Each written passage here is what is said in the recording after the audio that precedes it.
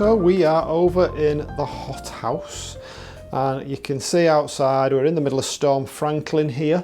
It's extremely windy, it's extremely wet and horrible, but we have all this to deal with and look after. So this is much nicer, a much better solution to actually dealing with all these plants, and I've got them all in the same place, which really helps. Now, you wouldn't think that all these were tucked in that tiny little side of the greenhouse. This is actually bigger. It's not massive, you know, I think it's 10 foot wide by 8 foot long. That rings a bell. I think that's correct. So let's tell you what's changed over here. So first of all, we've another extra table in there. So I've managed to get the rubbish under there because you have to have a rubbish bin. We've got place for the watering. That's where all the watering is going to go. We've now got a fan. We've got, or we're going to get, see these kind of things. See these, they're quite cheap, these kind of arrangements, shelving arrangements. I've ordered 4 of those. So what's going to happen is I'm going to have one there and one there, but I'm going to use like 2 of them because they're all modular to raise it up so I can get it at least as high as that. That's probably about, I don't know, about 5'7", 5'8", something like that, 1.5 meters. So we're going to have 2 like that. If I have any left over, these kind of grid things that are used as the shelves, I'm going to put those up on the walls so we can have somewhere to put the mounts like that Vanda there. So here I'm going to get some shelving so we can have some shelving there. It's quite cheap, the shelving, and then I'm going to have at least one of those racks for a mount. If I don't have enough to do, I'm just going to have to buy some of them if I don't have enough to use. So same on that side, some shelving and some racks there. So it's going to be a lot better, there's going to be a lot more space.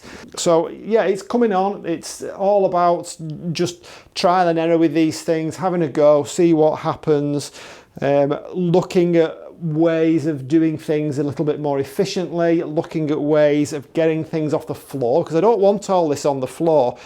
If I've learnt anything from the greenhouse is that the more stuff you've got on the floor or dangling in front of your face, the less likely you are to actually go in and do any work in there. You need space, you need something to, even if you want a jungly feel, you need some freedom to move about. So let's have a look at what's been happening in terms of plants. So we've got a little spike down here on this Tolumnia. I've never had a bloom on these yet. So what is this one? Jarak Rainbow, 29th of the 10th. I bought that one, 29th of the 10th. 29th of the 10th, when would that have been? That's the question. It's all right putting 29th to the 10th. It's what year? I guess it was last year. 2 years ago. So 2 years I've had them, no blooms yet, but there's one coming on that one. There's plenty of growth on them both, so I'm expecting, on all 3 of them, I'm expecting some blooms. Got some more little blooms on the world's smallest orchid. Gosh, can't even get my hand behind it, it's that small. Tiny little thing. I don't know if I can zoom in on that. There we go, what do you think of that? I mean, some people love these little tiny things, don't they? So this was quite a new Tradescantia for me. So this was the multicoloured disc colour. I don't mind that at all. I think that's all right. I know some people hate Tradescantia. Some people absolutely love them. I know I've looked at the buds on this rather a long time. So this is my Laelia anceps. I'll start at the bottom there. Let's work our way up. This is possibly 1.5 meters. I'm zooming up here. And there we have, they're beautiful blooms at the top, but the question is, what do you do with them? It's such a long, unwieldy thing. But so what I've done is I've tried to push it over towards the window so that I can see it from the house. So the same thing is going to happen with these orchids that I was talking about over in the other side. It's quite clear to me that on a lot of them, where the new roots were, I wasn't getting any water to, like near the top. So that's what I'm going to focus on, spraying them. So let's see if that does make a difference. What else have we got going on here? So we've got a few new things. So my Syngonian Panda from Smar, that's growing great guns now. Took a while to get going. This Caleria, now I can't remember when it come last year, but it seems to be earlier this year. I've got various Caleria at different stages, but this one is going to bloom pretty soon. Caleria Sunshine. That's another Tradescantia. That's Bathacea Sitara. That's one of the like rosette forming ones. We've got a philodendron, verrucosum. I hope I don't kill that. I'm hoping I've got it in the right kind of a mix now. I just put it in a general purpose compost. I didn't actually look up what these kind of things needed. So it's in a much airier mix. That's going absolutely great guns, this one. So this is the Calissia gentlei elegans, yes, or otherwise known as Tradescantia tiana. It's not really a Tradescantia. We have got the Zygopetalum. Remember we talked about Zygopetalum at the corner there?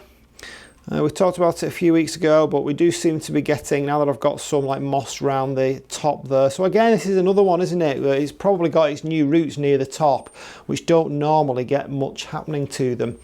Glad that's coming back. This is really coming back now that temperatures are up a little bit. 2 degrees made all the difference. Begonia Connie Boswell. I did take a cutting of that as insurance, but this is the first time I'm actually seeing new leaves coming on it. It's a lovely thing. The leaves are like, they're almost like metallic. They're really, really attractive. We're going to get, I've got a bloom spike here over on this brassica. I can't seem to do any wrong with that. That's just one of those happy accidents that seems happy in my care. We've got, again, this one, this green gecko. I really like it. I did take one of the leaves for Smar, but it's got some new ones coming there, so I'm happy with that. Tradescantia Yellow Hill. You know that one, everybody knows that one. Lovely, nice new dark leaves now on this, now that we've got it in the right temperatures and the right light. I mean, begonias, for me, I've just found that the temperature is the main factor in terms of the vigour.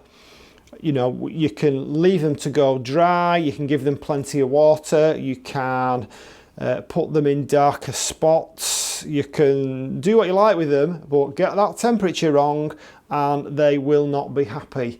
Well, in my particular environment, I know this can be different in all sorts of different environments. I can only tell you what happens to me. The Syngonium albo variegata, it's happy. Why? How do I know? Because it's got a new leaf coming there. I really like that. Really glossy leaves, beautiful thing, just getting into them. My Escananthus. Now, if you saw the video that I did with Rachel from Gardening at Duensa, you'll have spotted a plant that had blooms on it, red blooms, very much like the ones that this one had, this Escananthus Hot Flash. Why? Well, because they're both from the Gesneriad family. Gesneriad family also includes Streptocarpus. You wouldn't think it, would you? Leaves are completely different, but the blooms do have a look, you know, a similar look. So down here we've got, I think this one is actually, or was sold to me as Tradescantia Blushing Bride, but as we now know, its actual name is Maiden's Blush. So I've bought two plants exactly the same. Well, you know, I'm sure I'm not the first. I have noticed that actually, if you're a Tradescantia purchaser and you're into collecting them, do your research, because they're sold often by the same seller with a different name, and you think you're getting a different plant and you're not, you're getting the exact same thing. And of course you can't send it back and say, well, it's labelled differently. So that is something to be really aware of. I could doing a video on that if I could get around to actually researching it properly, because so many of these Tradescantia have so many different names and you're really dealing with the exact same thing. And talking about that, Nanook, Tradescantia Nanook is very similar, and Blossfeldiana. So this is Albiflora Sweetness, but this is very different actually from Nanook. It does look similar.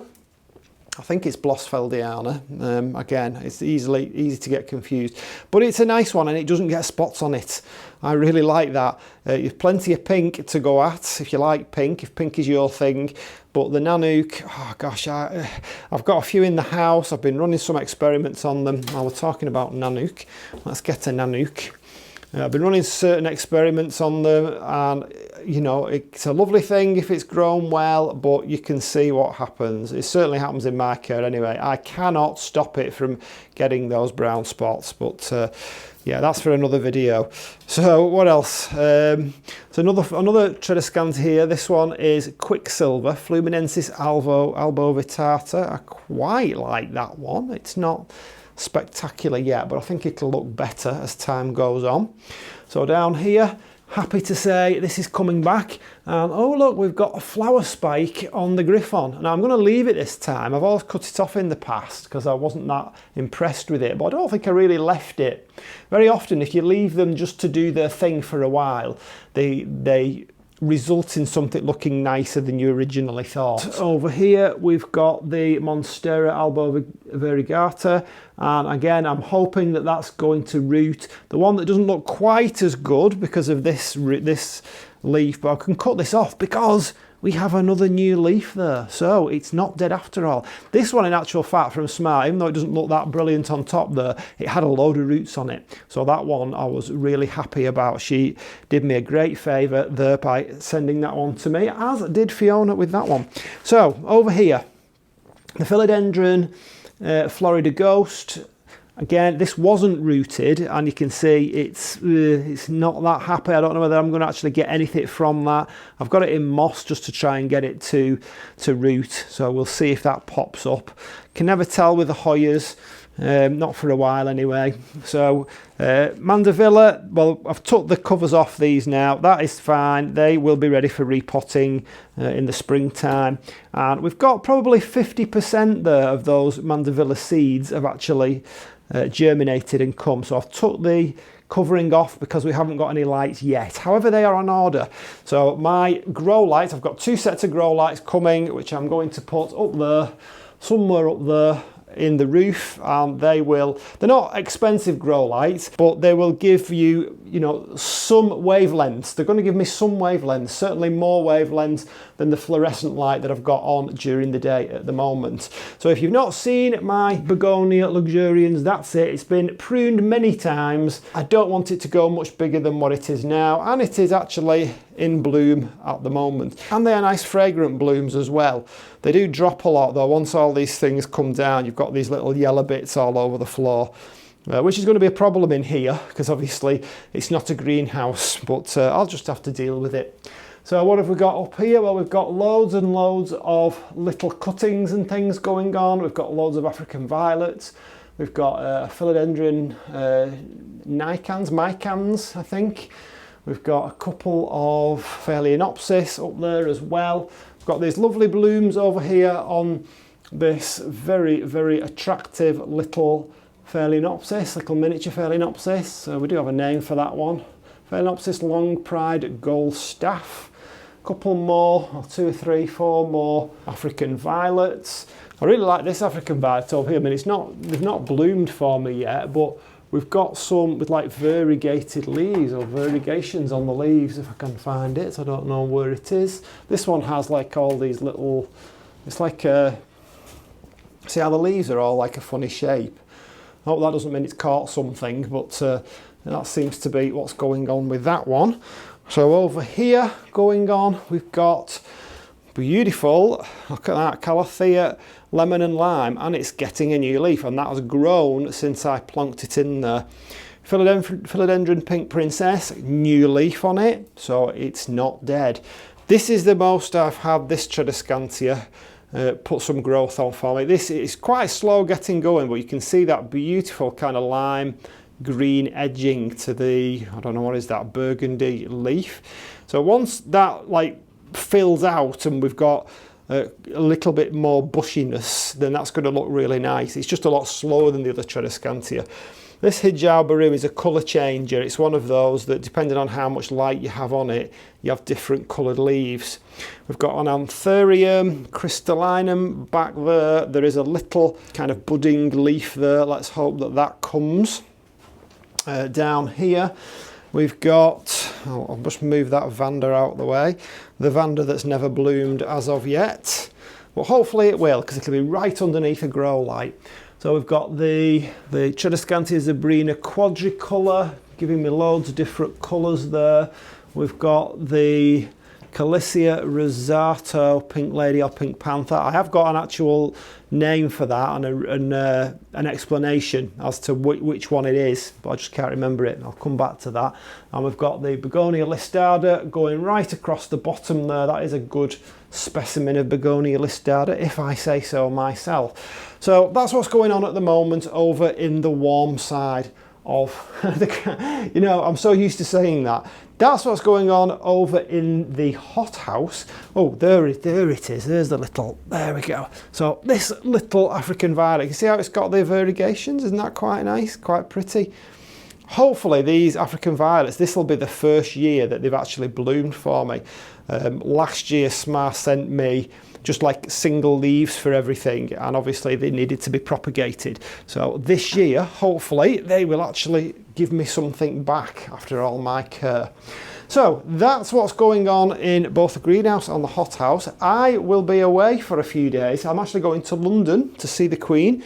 And while I'm there, I'm also going to Kew. I can't wait. I've been to Kew once before. I'm hoping this weather changes, but I'm going to Kew Gardens. I've booked into the orchid display, and I shall be spending loads of time wandering around the different glass houses, especially the temperate one, because I didn't actually get into the temperate one last time I went because it was closed for the day. And this is just what happens when you go to these places, unfortunately.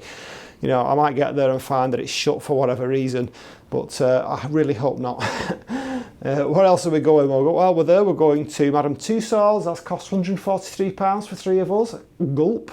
And we're also going to London Dungeons, and we're staying in a beautiful apartment overlooking the Thames. It's like right next to the Thames on the South Bank. So if you're in London next Thursday, Friday, Saturday and Sunday, give us a wave.